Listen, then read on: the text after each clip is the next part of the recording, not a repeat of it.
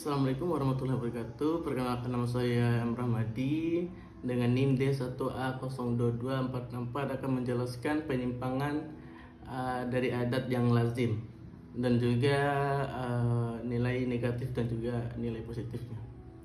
Secara umum, pengakuan yuridis terhadap hak masyarakat umum adat sebagai suatu komunitas antropologis. Pengakuan negara tentang eksistensi, identitas, budaya, dan hak tentang masyarakat adat di dalam hukum nasional secara konstitusional diakui dalam pasal 18B ayat 2 dan pasal 81 ayat 3 UUD 1945. Meskipun dikaitkan dengan 4 syarat sepanjang masih hidup sesuai dengan perkembangan masyarakat, zaman dan peradaban sesuai dengan prinsip negara kesatuan Republik Indonesia dan diatur dalam undang-undang. Konsep pengakuan atas keberadaan masyarakat adat sebagai pemilik original dari tanah menjadi sangat penting bagi setiap pengambilan keputusan atau pembuatan kebijakan. Pada tahun 1989 sepakati, sementara sistem penguasaan tanah ini menjelaskan hak-hak yang dimiliki atas tanah. Dalam sejarah agraria di Indonesia, hak atas tanah jarang dipegang oleh satu pihak saja. Pada saat yang sama, di bidang tanah yang sama, bisa saja terdapat sejumlah pihak yang memiliki hak penguasaan atas tanah tersebut secara persamaan, tetapi dengan sifat-sifat hak yang berbeda-beda.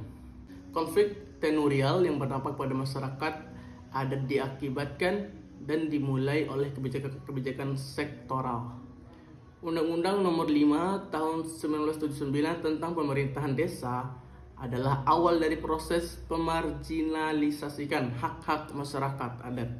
Undang-Undang Nomor 32 Tahun 2004 tentang Pemerintahan Daerah yang seyogianya memberikan peluang yang lebih besar bagi komunitas lokal untuk lebih eksis dalam mempertahankan hak dasar adat.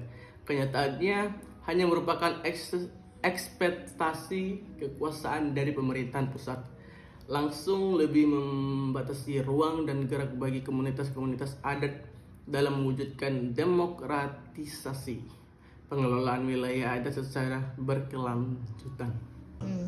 Dampak positif penyimpangan dari adat yang lazim: yang pertama, munculnya nilai dan norma baru.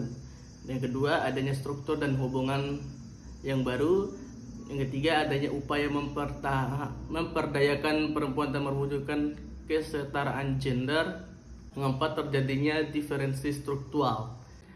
Kemudian dampak negatifnya dari penyimpangan adat yang lazim: pertama, disintegrasi sosial. Kedua, kesenjangan sosial. Ketiga, meningkatkan kriminalitas. Yang keempat, perilaku yang semakin konstitutif.